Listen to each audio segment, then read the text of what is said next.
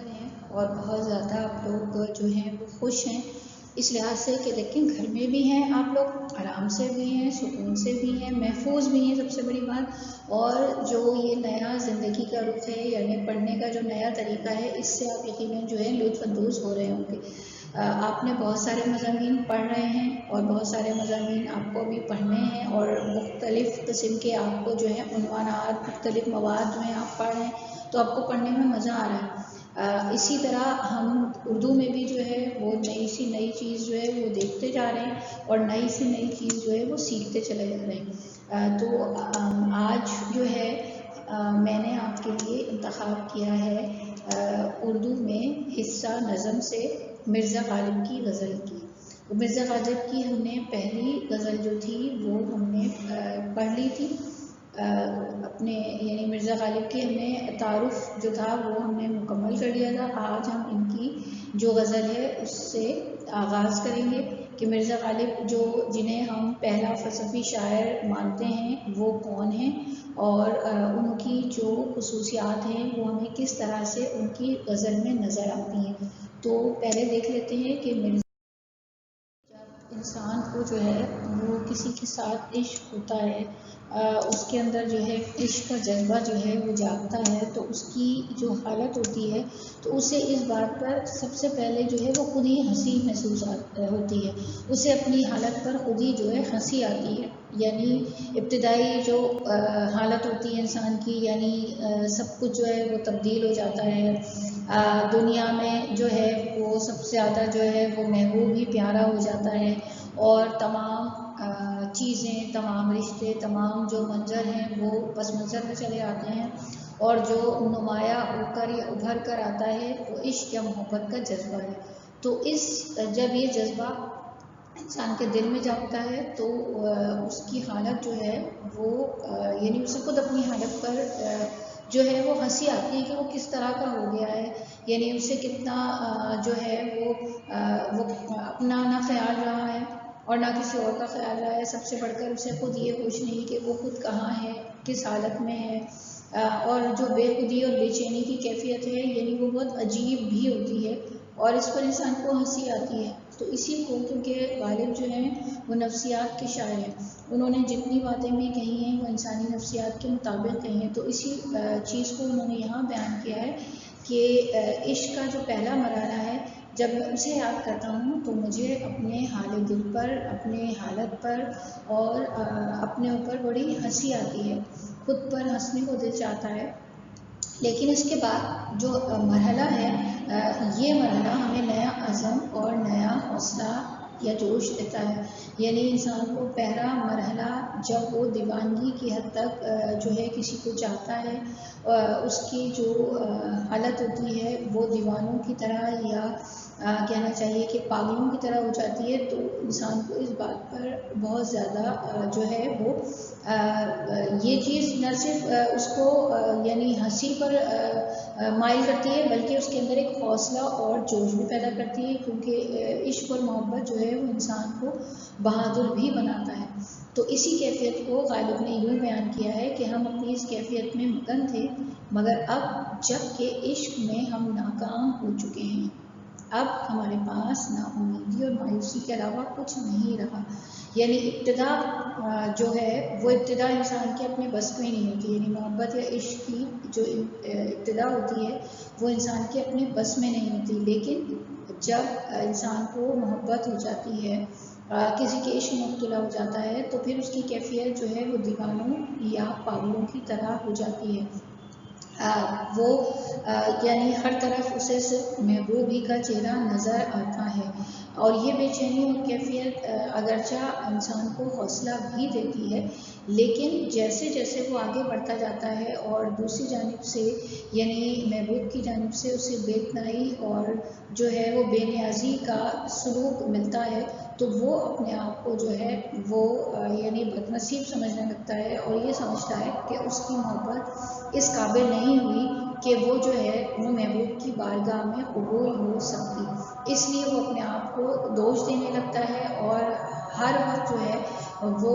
خود کو پریشان رکھتا ہے، یعنی خود ہی وہ بے چین رہتا ہے، اس کی حالت جو ہے یعنی وہ حالت جس پر وہ ابتدا میں خود اپنے اوپر ہنستا تھا اپنی حالت کو دیکھ کر، لیکن اب وہ حالت آ گئی، یعنی جب عشق میں مقام آگے بڑھا، جب عشق میں ایک عرصہ گزر گیا تو اب انسان کی وہ حالت ہو گئی کہ اب اگر جو ہنسنے کی بات بھی ہے تو ہنسنا چاہے بھی تو ہنسی نہیں آتی، یعنی وہ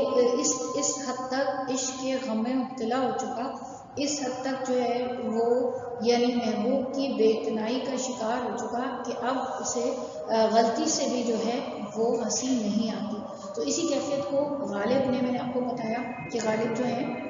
وہ نفسیات کے شاعر ہیں، انسانی نفسیات کے شاعر ہیں، انسانی جذبوں کے شاعر ہیں، انہوں نے اسی چیز کو یہاں بڑے خوبصورت انداز میں پیش کیا ہے۔ اس کو اور بھی یعنی متعدد شعراء نے اپنے موضوع بنایا اپنی غزلیات کا، لیکن جو بات غالب کیا ہے وہ ہمیں کہیں اور نظر نہیں آتی، تو یہ غالب کی یعنی ایک بڑی خصوصیت ہے۔ ہم دیکھتے ہیں کہ جو غالب ہیں انہوں نے اپنے اگلے شعر میں کیا چیز کہی ہے۔ ان کا اگلا شعر ہے کچھ ایسی ہی بات جو چپ ہوں، ہے کچھ ایسی ہی بات جو چپ ہوں،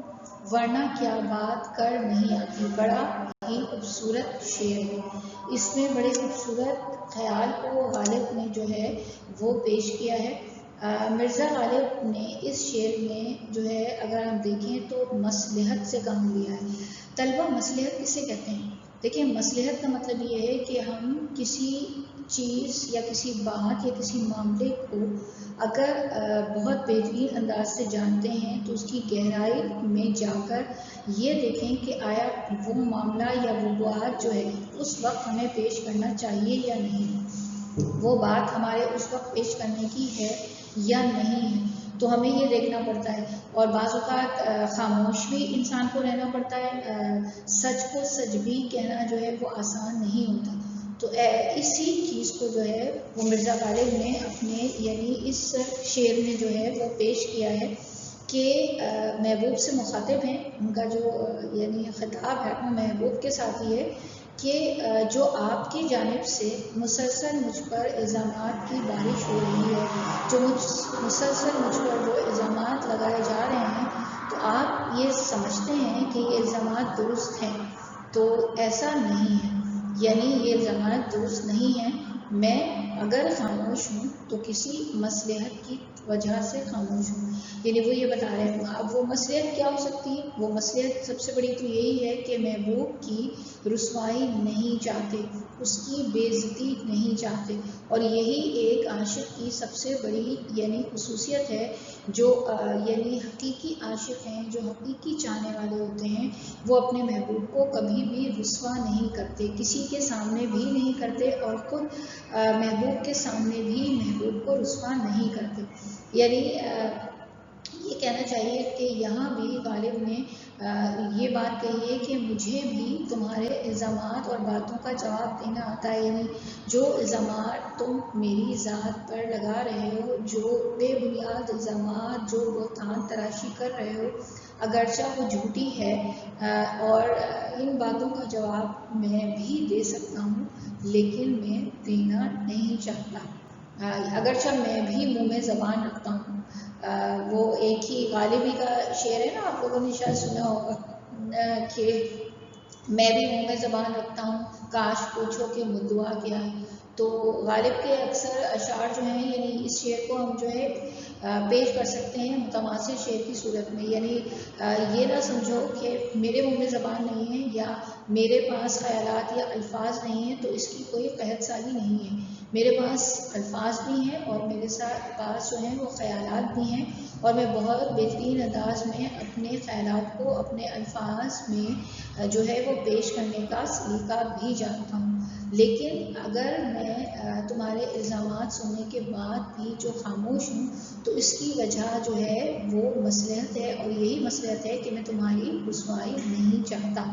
یعنی میں خاموشی اختیار کرنا چاہتا ہوں، لیکن اس کا مطلب ہرگز یہ نہیں کہ یہ الزامات درست ہیں، یہ الزامات بالکل جھوٹے ہیں، میں تم سے حقیقت میں جو ہے وہ محبت کرتا ہوں اور میں تمہاری بدنامی نہیں چاہتا، اسی لیے جو ہے میں خاموش رہتا ہوں اور خاموشی میں ہی اپنی جو ہے اپنا وہ وقت گزار رہا ہوں۔ لیکن بات کرنے کا طریقہ اور سلیقہ مجھے بھی آتا ہے، میں بھی اس فن سے واقف ہوں، اور مجھے بھی یہ بات معلوم ہے کہ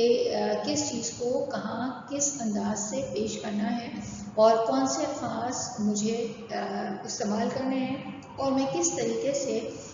جو اپنی یعنی صفائی ہے وہ پیش کر سکتا ہوں۔ لیکن میں یہ کام کر نہیں رہا، کیونکہ میں نے آپ کو بتایا نا کہ غالب جو ہے دراصل وہ جذبوں کے شاعر،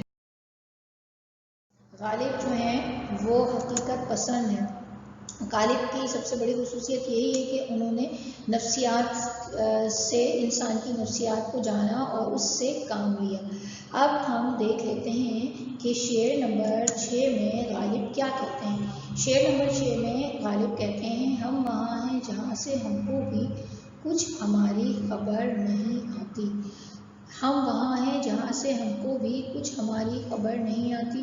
یہ بھی بہت ہی خوبصورت شعر ہے، غالب کا ایک بہت مشہور شعر ہے اور بہت زیادہ خوبصورت ہے۔ اس کی تشریح بھی جو ہے جب آپ سنیں گے تو آپ کو بہت زیادہ اس میں جو ہے وہ لطف آئے گا۔ تو مرزا غالب کہتے ہیں کہ ہم عشق کی جو ہے انتہائی منزل پر پہنچ گئے ہیں، ہمیں خود اپنے وجود کا کچھ علم نہیں، ہم اس مقام پر ہیں جہاں سوائے محبوب کے کوئی اور، حتیٰ کہ خود ہمیں بھی اپنا ادراک نہیں، ہم ہر وقت محبوب کے تصور میں کھوئے رہتے ہیں۔ اب اس کو ہم مزید جو ہے وہ یعنی اس کو اور مزید وضاحت کر سکتے ہیں کہ ہم وہاں ہیں جہاں سے ہم کو بھی، یعنی کہنے کا مقصد کیا ہے کہ عشق ایک ایسی منزل کا نام ہے کہ جب انسان اس منزل پر جو ہے وہ فائز ہو جاتا ہے یا اس منزل پر جب گامزن ہو جاتا ہے تو اس کا راستہ جو ہے وہ کٹھن ہوتا ہے،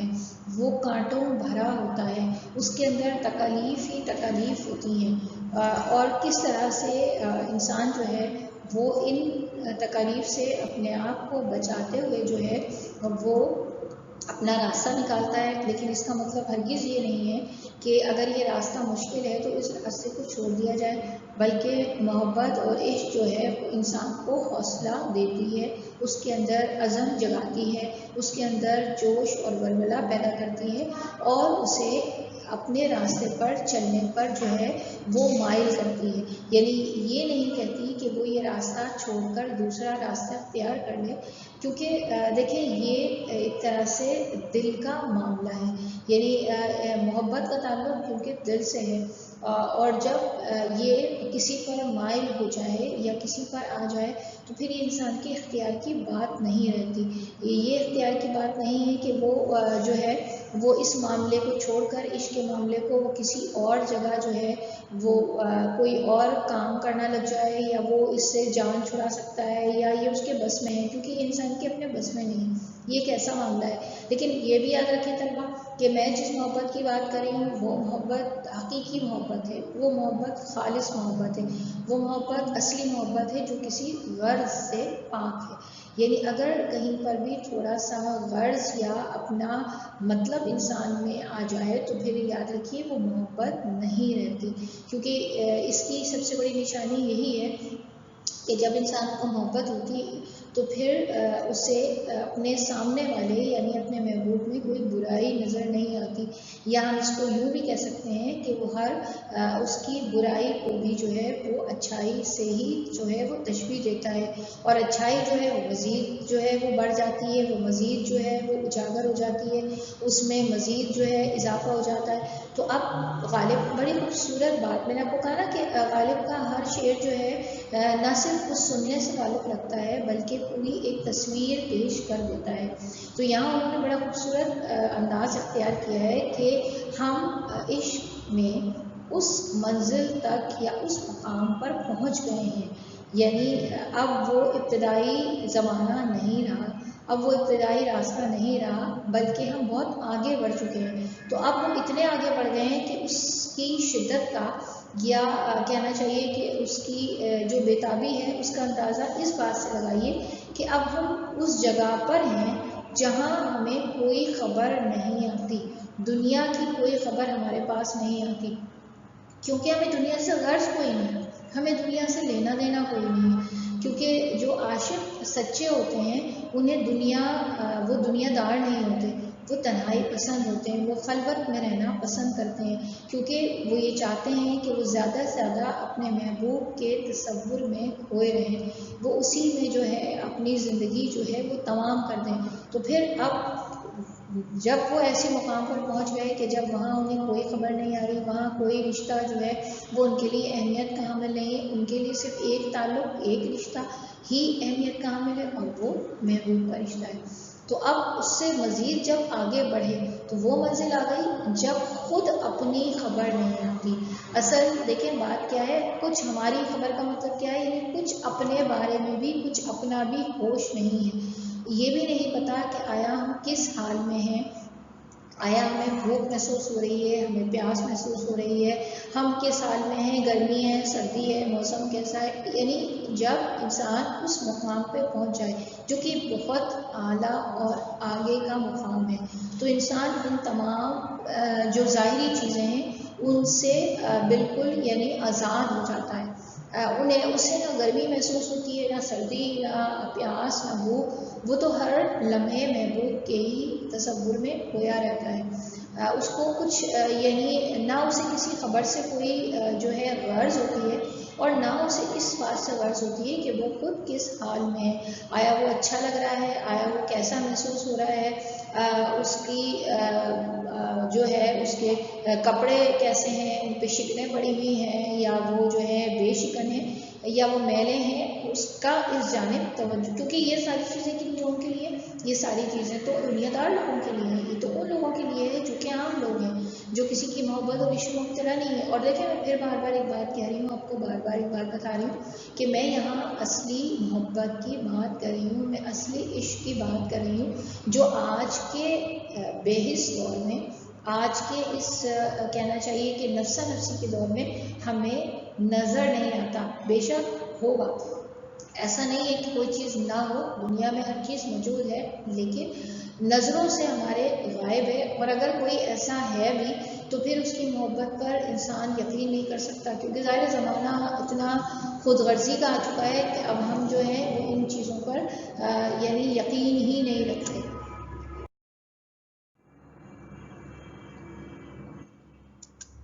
اب ہم دیکھ لیتے ہیں کہ ہمارے پاس جو ہے وہ شعر نمبر 7 کیا ہے، ٹھیک ہے، تو شعر نمبر 7 ہمارے پاس آ گیا، مرتے ہیں آرزو میں مرنے کی، مرتے ہیں آرزو میں مرنے کی، موت آتی ہے پر نہیں آتی، بڑا خوبصورت شعر ہے۔ اسی طرح کا ایک شعر جو تھا ہم نے اسی غزل میں دوسرے میں بھی پڑھا تھا، دوسرے درجے میں بھی پڑھا تھا، یعنی دوسرا شعر بھی پڑھا تھا کہ موت کا ایک وقت معین ہے، نیند کیوں رات بھر نہیں آتی، تو یہاں بھی غالب نے اسی چیز کو بڑے خوبصورت انداز میں جو ہے وہ پیش کیا ہے کہ مرتے ہیں آرزو میں مرنے کی، یعنی آرزو تو رکھتے ہیں ہم مرنے کی، آرزو کا مطلب کیا ہے، خواہش، ہم خواہش مند ہیں اس کے کہ ہمیں موت آ جائے، یعنی موت اور مرنے کی تکرار کا غالب نے بڑا خوبصورت استعمال کیا ہے۔ یہاں دیکھیے، یہاں مرنا ہے پہلے مصرعے میں اور دوسرے مصرعے میں موت ہے، ٹھیک ہے، یعنی دونوں چیزوں کو استعمال کیا ہے، عشق نے ہمیں کہیں کا نہیں رکھا، یعنی غالب کہنا چاہتے ہیں کہ ہم نے عشق کے میدان میں اتنی مشکلات اور پریشانیاں جھیل لی، ہم نے اتنے مسائل، اتنے قسم کی تکالیف برداشت کر لی کہ اب جو ہے وہ صرف یہ خواہش رہ گئی ہے کہ موت آ جائے تاکہ ہمیں ان پریشانیوں سے نجات ملے، کیونکہ ان پریشانیوں سے دنیا میں رہتے ہوئے، زندگی گزارتے ہوئے تو فرار ممکن نہیں ہے، لگتا نہیں کہ یہ پریشانیاں اور یہ تکالیف جو ہیں وہ کبھی ہماری ذات سے جو ہیں وہ الگ ہو سکیں گی، اسی لیے جو ہے وہ غالب جو ہیں وہ موت کی خواہش کر رہے ہیں، موت کی تمنا کر رہے ہیں کہ اب ہر وقت جو ہے وہ موت کی تمنا ہے۔ اگر دیکھیں تو یہ شعر بھی جو ہے انسانی فطرت کا ہے، کہ جب ایک جیسے حالات کا سامنا انسان کرتا ہے اور غم اور تکلیف کی پریشانیوں سے گزرتا ہے تو وہ موت کا طلبگار بن جاتا ہے. یعنی ایسی پریشانیاں جن کا کوئی حل نہ ہو، جو کسی طریقے سے جو ہے وہ حل نہ ہو رہی ہوں. بہت ساری پریشانیاں عام زندگی میں عام لوگوں کو، ہم سب کو جو ہے بعض اوقات کسی کو زیادہ اور کسی کو کم، لیکن کچھ ایسی پریشانیاں بعض اوقات ہوتی ہیں یا ایک ساتھ مل کر آتی ہیں کہ ان کا کوئی حل نہیں نظر آتا، ان کا کوئی ان سے جو ہے کوئی یعنی فرار کا راستہ نظر نہیں آتا، ان سے بچنے کی کوئی ترکیب نظر نہیں آتی. تو انسان سمجھتا ہے کہ اگر مجھے موت آ جائے تو یہ سارے مسائل حل ہو جائیں، یعنی دنیا کی مشکلات اور پریشانیوں سے مجھے نجات مل جائے. لیکن موت آئے گی ضرور، موت حقیقت ہے، زندگی کی سب سے بڑی حقیقت کا نام موت ہے،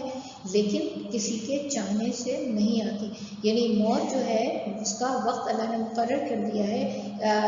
چاہنے والا انسان جو ہے وہ بے شک اتنی ہی مشکلات اور پریشانیوں میں گھرا ہو، وہ کتنا ہی خواہش مند، کتنا ہی طلبگار ہو کہ اسے موت آ جائے، لیکن اس کے چاہنے سے موت نہیں آئے گی. تو یہ بات تو ہمیں لازمی طور پر یاد رکھنی ہے، جس کو غالب نے یہاں خوبصورت انداز میں پیش کیا ہے کہ یعنی موت جو ہے وہ کسی کے چاہنے سے نہیں آتی. موت اپنے وقت پر آئے گی، لیکن بعض اوقات اتنی زیادہ پریشانیاں انسان کو گھیر لیتی ہیں کہ وہ موت کا سوداگر بن جاتا ہے یا موت کا طلبگار ہو جاتا ہے. اور پھر یہ بھی یاد رکھیں کہ اس کا مطلب یہ نہیں ہے کہ انسان جو ہے اگر موت نہیں آ رہی تو وہ خودکشی کر لے، کیونکہ یہ تو بزدلوں کا کام، ٹھیک ہے نا. تو یہ بات انہوں نے یہاں نہیں کہی، لیکن انہوں نے خواہش کا اظہار کیا ہے، جو کہ انسان کے خواہش کرنے سے تو میں اور آپ جانتے ہیں کہ پورا ہونے والی چیز یہ نہیں ہے. اچھا، اب ہم دیکھتے ہیں کہ غالب کا جو شعر نمبر 8 ہے وہ کیا ہے. تو شعر نمبر 8، کعبہ کس منہ سے جاؤ گے غالب، شرم تم کو مگر نہیں آتی. اس کا مطلب کیا ہے طلبہ؟ یہ شعر جو ہے تلمی کا ہے، یعنی اس میں غالب کا جو ہے وہ تخلص استعمال ہو گیا، اور جس شعر میں تخلص استعمال ہو اسے ہم مقطع کہتے ہیں. ٹھیک ہے، یہ مقطع کا شعر ہے، یعنی یہ غزل کا آخری شعر ہے. کعبہ کس منہ سے جاؤ گے غالب، شرم تم کو مگر نہیں آتی. اب دیکھا جائے تو غالب بھی جو تھے وہ مسلمان تھے، اور ہمیں ان کو بھی جو ہے وہ ایک مسلمان ہی کی طرح جو ہے ان کے ساتھ سلوک کرنا چاہیے. اس شعر میں غالب انسانی زندگی اور اس کی بدلتی ہوئی کیفیات کا بڑے خوبصورت انداز میں بیان کر رہے ہیں. کہتے ہیں کہ میں نے اپنی ساری زندگی برائیوں اور بدعمالیوں میں بسر کر دی، نیکی کی اعمال کی فرصت ہی نہیں ملی، اب میں طواف کعبہ کو جانا چاہتا ہوں. بڑے خوبصورت شعر ہے. دیکھیں یہ سب سے بڑا احساس انسان کے اندر ہی موجود ہوتا ہے کہ وہ جو غلطیاں کرتا ہے، جو گناہ کرتا ہے، جو اس سے لغزشیں ہوتی ہیں، اس کا اندازہ اس کو ہوتا بھی ہے بعض اوقات، اور کچھ ایسی بھی غلطیاں، لغزشیں یا گناہ ہوتے ہیں جن سے وہ شاید ناواقف ہوتا ہے. دونوں صورتوں میں انسان کے پاس اللہ تعالیٰ نے ہمیں جو یعنی ہمیں ایک طرح سے انعام عطا کیا ہے وہ استغفار کا دیا ہے. ہم جب بھی اس سے استغفار مانگیں گے، ہم جب بھی اس سے توبہ کریں گے، وہ ہمیں ہر یعنی صورت میں معاف فرمائے گا، کیونکہ وہ ذات جو ہے وہ غفور الرحیم ہے، وہ بڑا رحیم ہے، وہ بڑا کریم ہے. اب یہاں غالب جو ہے، دیکھیں غالب ایک ایسے شاعر اور ایک ایسے انسان ہیں جو یہ نہیں کہتے کہ وہ بہت اعلیٰ ہیں یا ان سے غلطیاں نہیں ہوئی، یا وہ بہت اعلیٰ کردار ہیں، یا وہ بہت جو ہے وہ انہوں نے کچھ نہیں کیا، ان سے کوئی غلطی نہیں ہوئی. دیکھیں یہ ایک بڑی اعلیٰ ظرفی کی نشانی ہے کہ انسان اب غلطیاں کرے، انسان گناہ کرے، لیکن ان کو تسلیم بھی کرے. یعنی یہ سب سے بڑی چیز ہے کہ انسان اگر ایسا کر رہا ہے تو انہیں کم سے کم مانے. اس سے کیا فائدہ ہوگا؟ سب سے بڑا فائدہ یہ ہوگا کہ جب وہ اپنی غلطیوں کو تسلیم کرے گا تو وہ یقیناً راغب ہوگا ان سے چھٹکارے کے لیے. اور ان سے چھٹکارے کا مطلب کیا ہے کہ اللہ تعالیٰ سے وہ غلطیوں کی معافی مانگے گا، استغفار کرے گا، اس کی بارگاہ میں جو ہے وہ روئے گا، گڑ گڑائے گا. اور یقیناً اللہ رب العزت جو ہے وہ غفور الرحیم ہے، وہ رحمان ہے، وہ اپنے بندوں پر بہت زیادہ مہربان ہے، تو وہ بندوں پہ مہربانی کرتا ہے. لیکن غالب یہاں کیا کہہ رہے ہیں کہ اب مجھے میں طواف کعبہ کرنا چاہتا ہوں، میں زیارت کعبہ کرنا چاہتا ہوں، میں اس کی خواہش رکھتا ہوں اور مجھے یہ موقع مل رہا ہے، لیکن میں کیسے جاؤں گا؟ یعنی کعبہ کس منہ سے جاؤ گے غالب؟ مطلب ان کا یہ ہے کہ میرا جو وجود ہے وہ گناہوں سے آلودہ ہے، میں جو ہے وہ یعنی غلطیوں سے بھرا ہوا ہوں، اب میں اپنا یہ آلودہ وجود لے کر کس طرح اس پاکیزہ بارگاہ میں جو ہے وہ قدم رکھوں گا، یعنی کیسے میں اپنے گندے قدم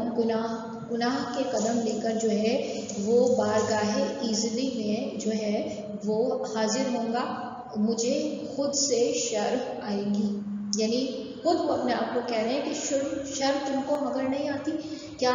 تمہیں اس وقت خود کو شرم نہیں آئے گی؟ کیا تمہیں اپنے اعمال پر شرمندگی نہیں ہوگی؟ بالکل ہوگی، ٹھیک ہے۔ یعنی وہ اس بات کا اقرار کر رہے ہیں کہ مجھے خود اپنے آپ سے بھی شرم محسوس ہوگی اور اپنے رب عزت سے بھی جو ہے وہ شرم محسوس ہوگی کہ یعنی میں نے اتنے گناہ کیے اور اب میں جو ہے وہ اللہ کی بارگاہ میں اس کے کعبے کا اس کی مقدس جو گھر ہے اس کا طواف کرنے کے لیے آیا ہوں۔ اور